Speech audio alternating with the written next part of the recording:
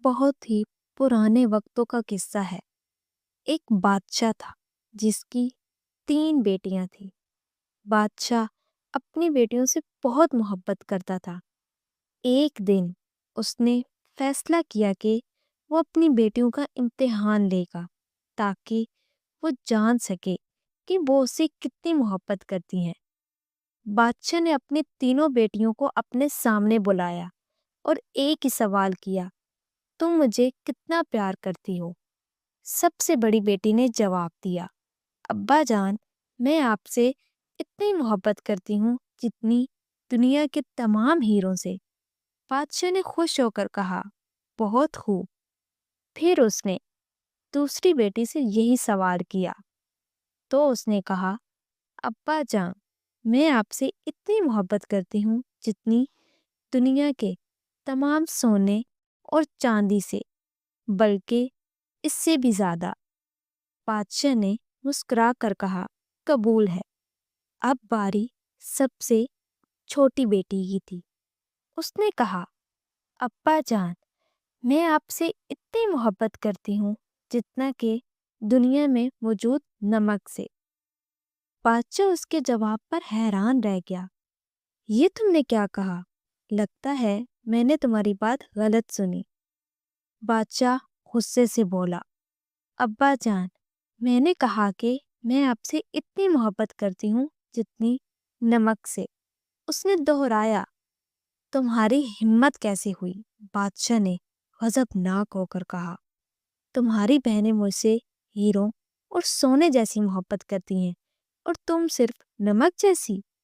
ابھی محل چھوڑ دو اور واپسی کبھی مت آنا۔ شہزادی روتے ہوئے جنگل میں چلی گئی۔ وہیں ایک شہزادہ گزرتے ہوئے اسے خوبصورت شہزادی پر نظر پڑی تو وہ اس سے بہت متاثر ہوا۔ شہزادہ اسے اپنے محل لے آیا اور جلد ہی اسے شادی کرنے کا ارادہ کیا۔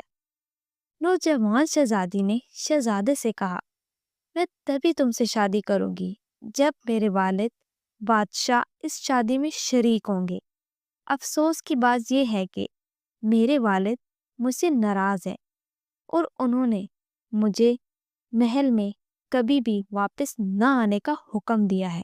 شہزادے نے کہا، میں بادشاہ کو شادی کا نام بھیجوں گا اور انہیں ہم ایک سبق سکھائیں گے۔